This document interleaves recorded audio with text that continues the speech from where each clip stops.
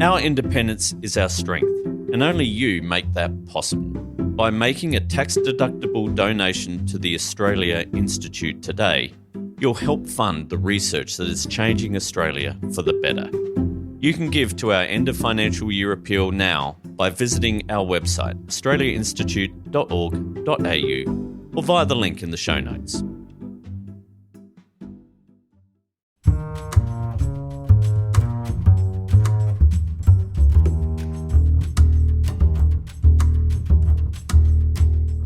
For more than 30 years, the Australia Institute has been producing research that matters. But how do you turn big, bold ideas into positive change? In this series, I'm speaking to some of Australia's best thinkers about how we can make change for the better. I'm Paul Barclay, and this is What's the Big Idea, brought to you by the Australia Institute. My guest in this episode scarcely needs an introduction, so familiar is he to all of us. Bob Brown is perhaps Australia's best-known environmental campaigner, a doctor, former politician in both the Tasmanian Parliament and the Senate, where he became leader of the Australian Greens. He now runs the Bob Brown Foundation, a not-for-profit supporting the environment. Hello, Bob. G'day, Paul. How are you? Very well.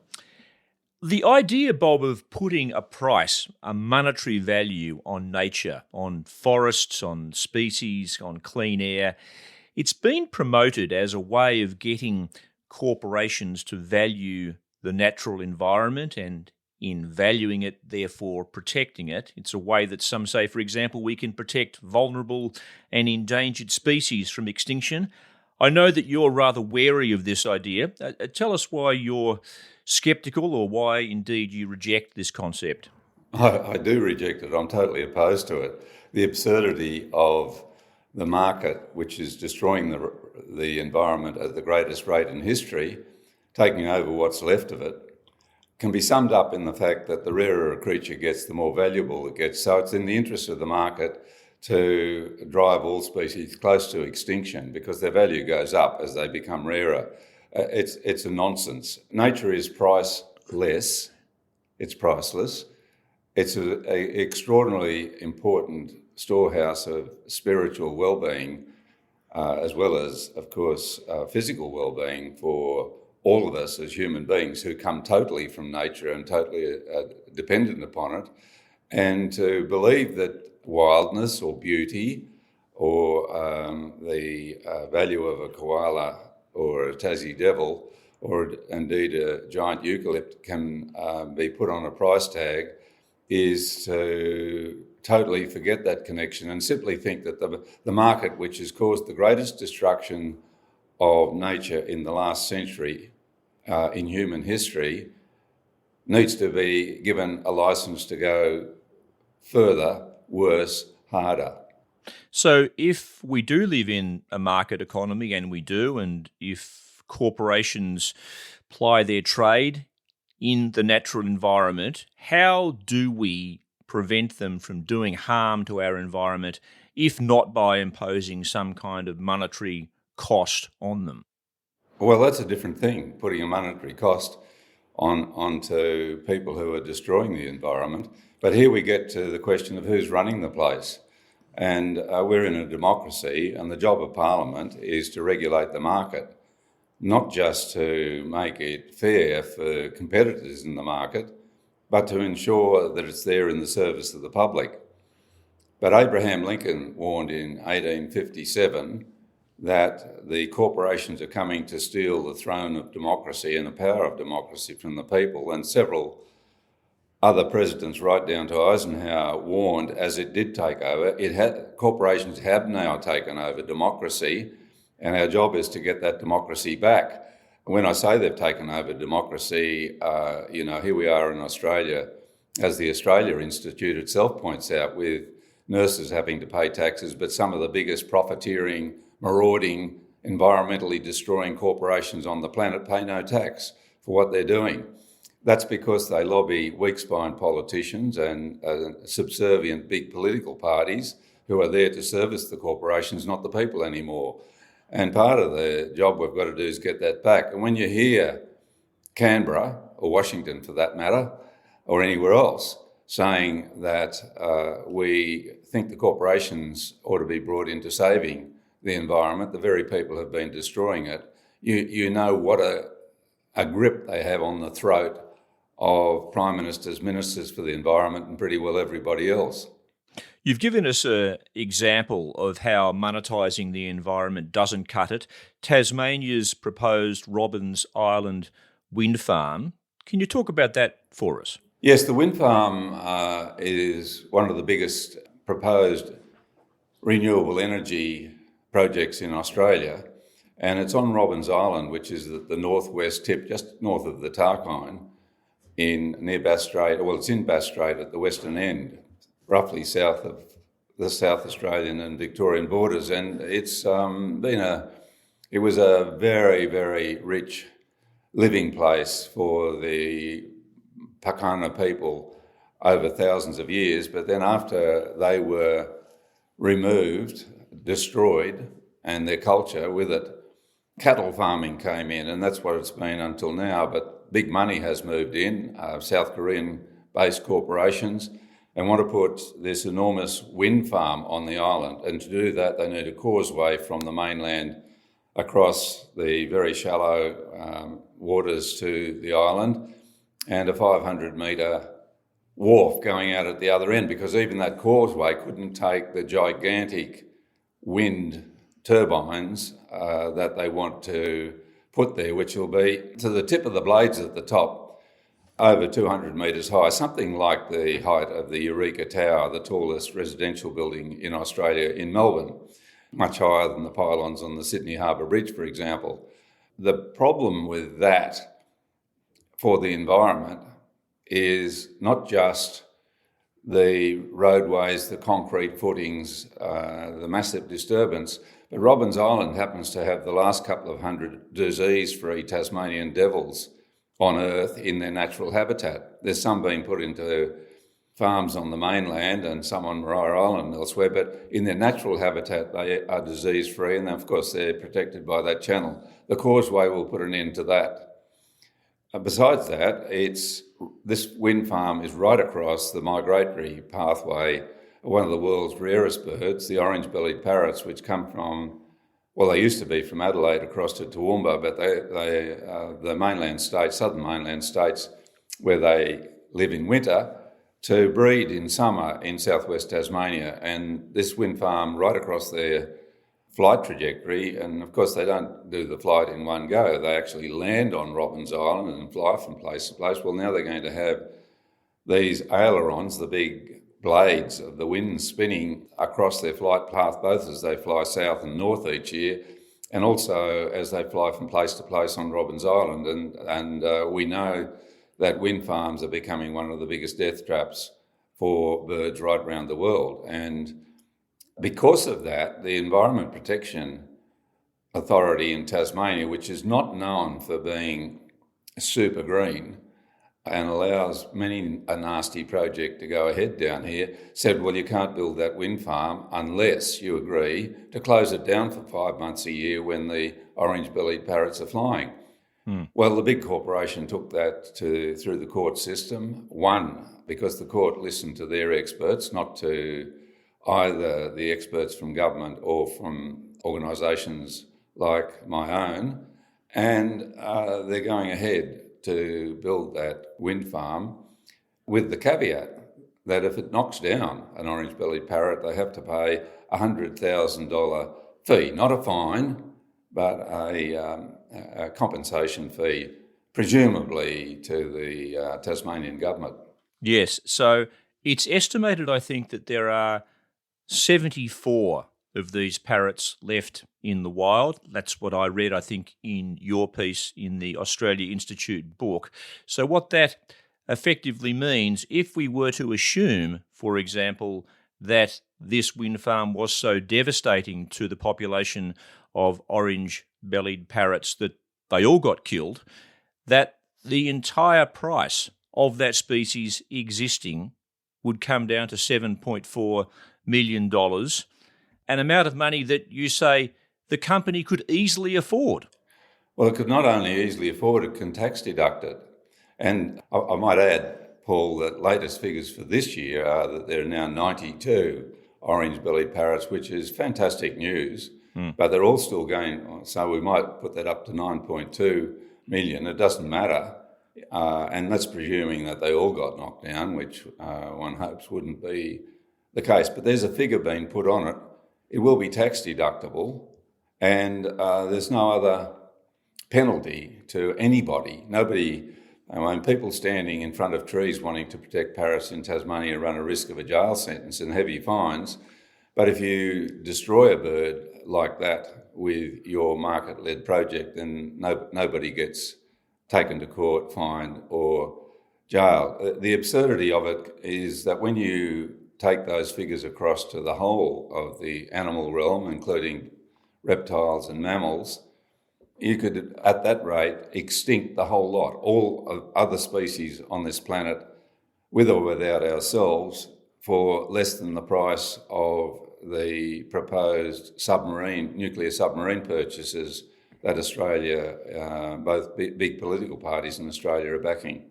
So you're really pointing to the folly of putting a price on an endangered species, saying that if you do that, then basically you could lose all of these species. Companies would pay the price because many of them are extremely wealthy, and you've done nothing to protect endangered species. Well, you've aided and abetted their destruction by allowing that project to go ahead. And I also point out in the essay for the Australia Institute that the Youre family, which is the Philippines-based family that is primarily behind this project, has a net worth, according to Forbes, of $2 or $3 billion. So the wipeout of the orange-bellied parrot species is not even a scratch on their balance sheet. And it's a case of human values, human material values, again, almost discounting the wonders of this magnificent biosystem we have on planet Earth, which gives us everything we have and from which we totally come to nothing. So presumably the solution to this problem is not just to put a higher value on each of the endangered species. If that's not the solution, what is? The solution is to protect endangered species and to have people who either kill or destroy the habitat of rare and listed species go to jail, just like environmentalists now do for trying to protect them. That would seem common sense. But the problem here is that the corporations have taken over democracy. They're in the ministers' rooms in Canberra and in Hobart all the time. They dine with the ministers. We don't have the nature-savvy people in Parliament or indeed the people with the vision to say we must be passing on this planet at least as well as we found it to the next generation and with living room for our fellow species. And so we're in this parlous situation where after a mega destruction century, and remember the World Wildlife Fund tells us that since 1970, so that's when I was practicing medicine as a young doctor, to now, 73% of the volume of the world's wildlife has been destroyed. That's most of it in my lifetime. And what we're seeing here through projects like Robins Island is the worst rate of destruction with the promise of faster destruction coming down the line. Now, obviously, we shouldn't be doing that. Another example that you point to is Newcastle being the world's largest coal export port. It brings in $40 billion a year, which is obviously why the government says we need to keep it. But there is no cost attached to the long-term damage that it causes in the form of sea level rises and temperature increases, because, of course, we know that coal gets burnt and becomes CO2, causing global warming. Is this about then, in that instance, putting a proper price on carbon and in terms of making that port no longer viable? Or is it, moreover, just a matter of government needing to say, we're closing the port down? Well, at this stage, it's a case of saying we're stopping coal exports from the port. There's many other things it can be doing, of course. But yes, when I suggested that we phase out the export of coal in the Senate around about 2010, the House came down. I copped it. You would have seen the excoriations in the Murdoch media, for example, the Daily Telegraph, the Australian and so on, who said that's the end of the Greens. But at the next election, we doubled our number of seats in the Parliament. So people out there aren't necessarily swamped by this idea that the market knows everything or indeed is moral or ethical. And I get back again to the reality that democracy is the best form of government that there is. I agree with Churchill on that one, but it has to function for the people. Unfortunately, we now have billionaires owning the means of communication. And well, when the World Wildlife Fund came out with those astonishing figures about wildlife destruction, go look page 9 or 10 in a paper down bottom right-hand side and you might see it. A little perturbation on the stock exchange, however, and it's front page and there's inside write-ups and so on.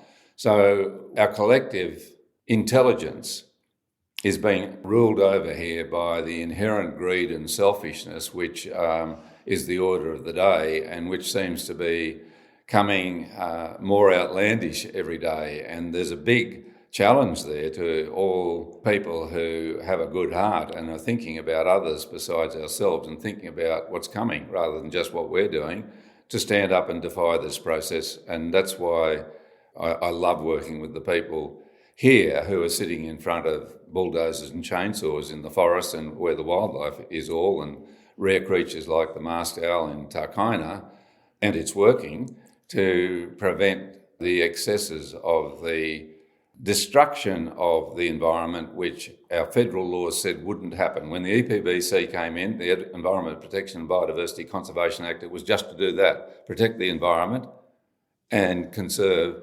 biodiversity. Since it came in, there's been unprecedented destruction of both. It's a failure, and it's a failure because the ministers who are administering it are duchessed by the corporate sector. Just coming back to this idea of putting a monetary value on nature, the Federal Environment Minister, Tanya Plibersek, has proposed Australia become the, quote, green Wall Street.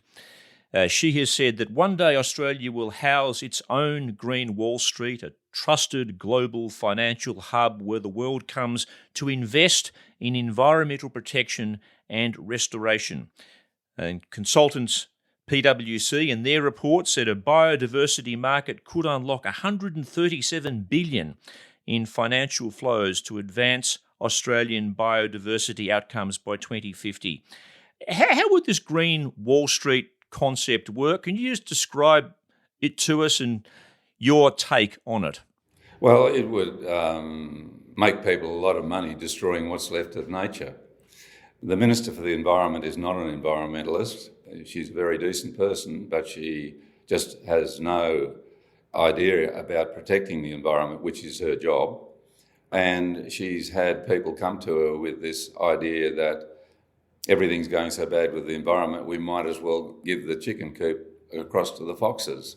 And at least we won't have to blame ourselves for what's happening. And it's a dereliction of responsibility, and the Albanese government, and worse still the Dutton opposition, are threatening to do worse still. The real side of the environment is those appalling indices where we expect conservatively to, for example, lose 1/3 of Australia's bird species this century. And what the Green Wall Street will do is say, well, let's put it across to the bird killers, the habitat killers, the people who want to destroy nesting sites and what's left of forests and woodlands, and hope that somehow or other money's going to solve it. It's Monty Pythonesque. It is absurd, and that such an intelligent person as Tanya Plibersek, let alone Prime Minister Albanese and their cohorts. I've heard not one of them speak up against this, not one Labor member of federal parliament, let alone the coalition, speak up about it. that there isn't a single voice amongst those big parties. You have to go to the Greens, the Teals and the Independents to find that, is a extraordinary comment on the fact that we, the people, are putting them in there. And, that's because we're so easily persuaded that what's important to us is me now. I'm Paul Barclay. I'm talking to Bob Brown, the former leader of the Australian Greens. He now runs the Bob Brown Foundation, a not-for-profit supporting the environment. This is What's the Big Idea? Talking about some of the articles in an anthology of big ideas put together by the Australia Institute. You can buy it now. It features chapters by Michael Kirby, Peter Doherty, Louise Adler, Fiona Stanley, and other leading thinkers. Solutions to our big challenges. They do exist. We just need the courage to implement them. And What's the Big Idea is available online from the Australia Institute website. Now, there's been much reporting, Bob, on the Environment Minister Tanya Plibersek's nature positive legislation, which, after some negotiation, did, it seems, gain the approval of the crossbench, including the Greens. Then it was reported it was scuttled by the Prime Minister because it had alarmed the West Australian government and the resources sector in that state. That legislation would have included a National Environmental Protection Agency. Just wondering whether you think that legislation would have made a difference in reducing deforestation, logging in native forests and so on. Well, talking about Western Australia, the Environment Protection Agency, the EPA over there is called Everything Passes Anyway. And, I've been into, for example, the Southwest Forest, where a very wonderful local pointed out where numbats, heading for extinction, had one of their two strongest holes left in the forest, these marvellous little... Well, they're one of the few fauna in Australia that's out and around in the daytime, and presumably a couple of hundred in this little forest. So he pointed it out, he took and showed them every log in which they sleep and so on, and they came across and for a so-called hazard reduction burn, and burnt the whole forest to a cinder, including every numbat in it. And the minister of the day wouldn't come down and look, nor would the Premier, saying, the usual fob-offs. And one of the first things that the Albanese government did was tick off on one of the world's biggest gas production proposals there at Karratha on the west coast with Woodside. And that's warming up the planet, which is helping to burn those very forests I was just talking about, as well as destroy the Great Barrier Reef and drive species to extinction. Now, the EPA, like the EPBC, like every environmental piece of legislation that is known to humanity, is only as good as the government behind it. The EPA that was proposed in Canberra wasn't there. It was the setting up the shell of an organisation, but it didn't say how it was going to use the teeth to protect the environment. So no wonder it's fallen over. I was reading the other day about the risks facing Tasmania's huge eucalypts, the tallest flowering plants on Earth. They can reach over 90 metres in height. But fires and climate change are pushing them to the brink in Tasmania. Over half of them exist in unprotected reserves. How can we help to protect these majestic trees that can live for centuries if they're properly looked after? In two ways. Firstly, by stopping climate change in its tracks. In the Second World War, within 3 months of Bob Menzies saying it's his duty to tell us all that we're at war, 15% of our economy had been turned in the service of Australia defending itself. Well, 5% of the GDP of the planet would stop climate change in its tracks, but we won't do it because the corporations say, no, we're not. Their immorality is ruling, and we simply don't see the gumption amongst the current crop of politicians to do that. But the second thing is to end native forest logging in Australia. And we need to have people speaking truth to power to end what's left of the very destructive but non-productive and job-shedding native forest logging industry. We're not ending logging. There's plenty of plantations for all our wood needs in Australia, but to end that destruction of what's left of native forests. And that's up to the federal government. Indeed, if there's a balance of power situation after the next federal election, which we may see in April, it needs to be high on the agenda for the crossbenchers because it can be done within 12 months and it would take the pressure off not just swift parrots and greater gliders and koalas, but the western ringtails in Western Australia and 3 species of black cockatoos and a whole range of other species. But 80% of people in the polls want it to happen. And, it's got the public behind it, but those corporations pulling the rug from under the public up in Canberra and in the several state capitals have had this say. So the federal election is going to be a great opportunity to people to vote to save what's left of Australian forest, and that means voting for neither of the big parties at this stage. Yeah, native forests and koala habitats are under threat in New South Wales, and there is, I understand, a Great Koala National Park that's been proposed to protect these areas from logging. Do you know what the status of that national park is? Yeah, appalling.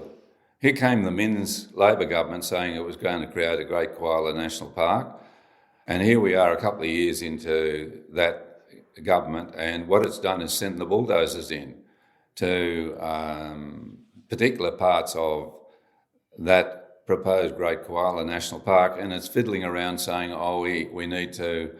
I think it's looking at saying, if we send the bulldozers in and show them we're destroying it, we'll be able to get carbon credits when we stop it. That is, we'll be able to sell off to other polluting companies by saying that we're not going to destroy it at all.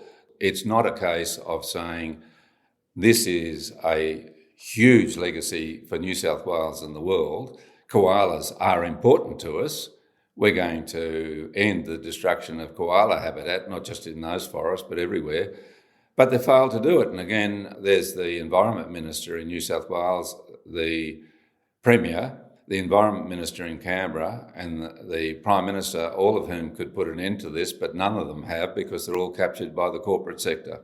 Yeah, and as you say, lots of public support for protecting koala habitats, that's for sure, and actually a growing degree of public support and public awareness around another issue, that of the environmental impact of Tasmanian salmon farming, including the effect it's having on a highly endangered ray in the waters there. How harmful is this industry, and what should we do about it? It's disgusting. I'll just give you one shorthand on that.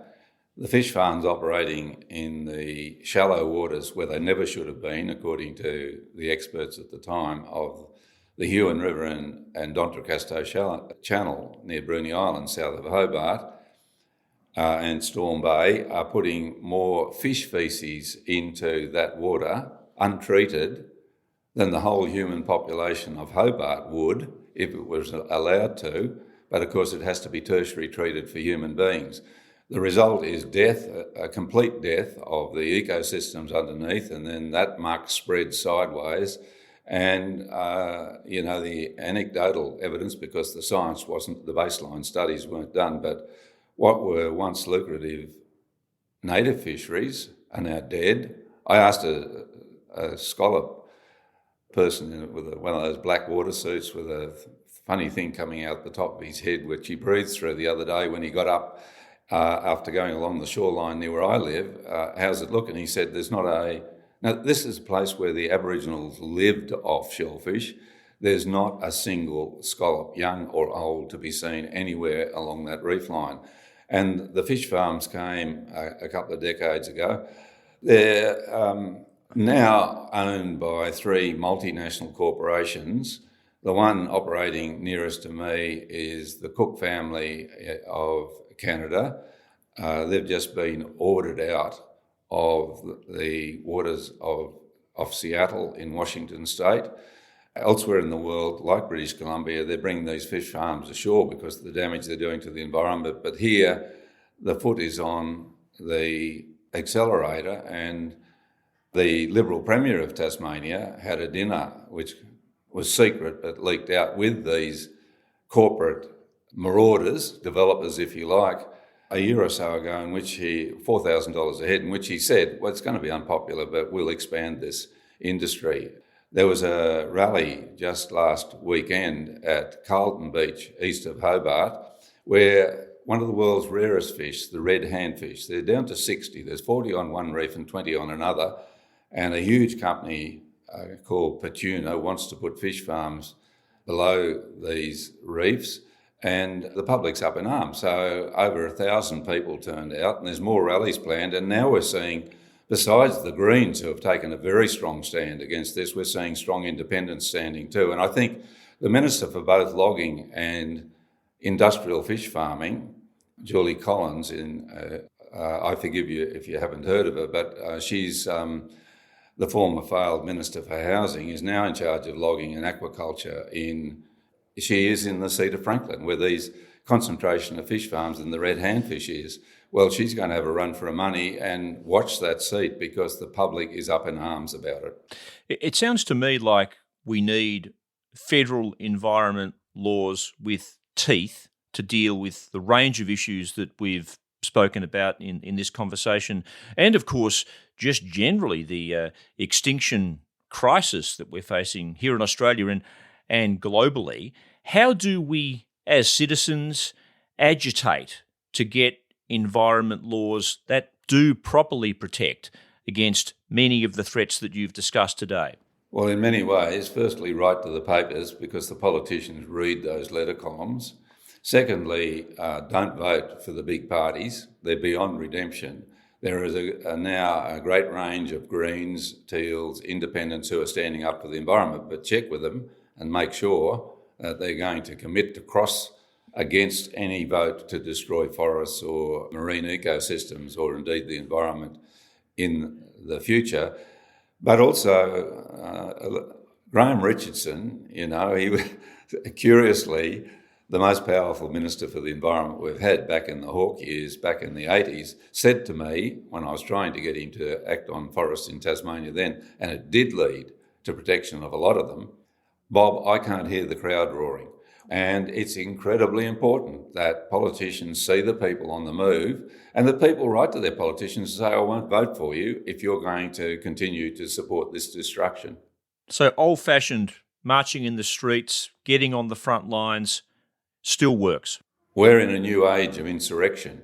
It has to be, not just with the arrival of Trump, but the further move to the right, which means environmental destruction of politics in many places around the world.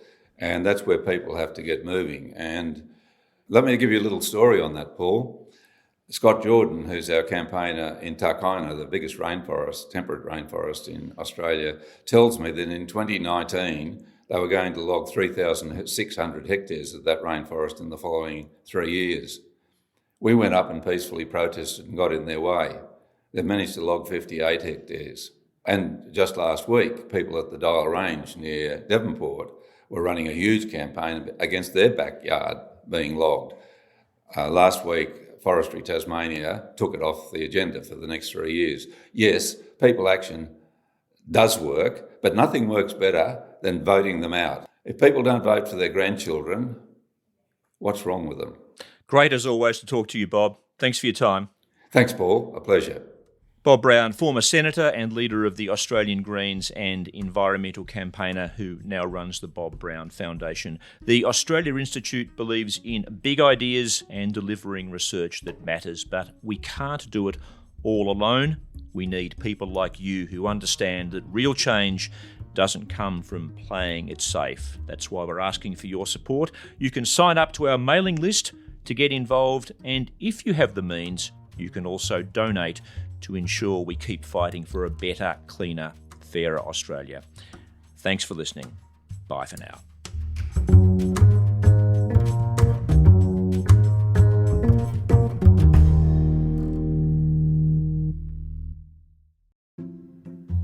Our independence is our strength, and only you make that possible.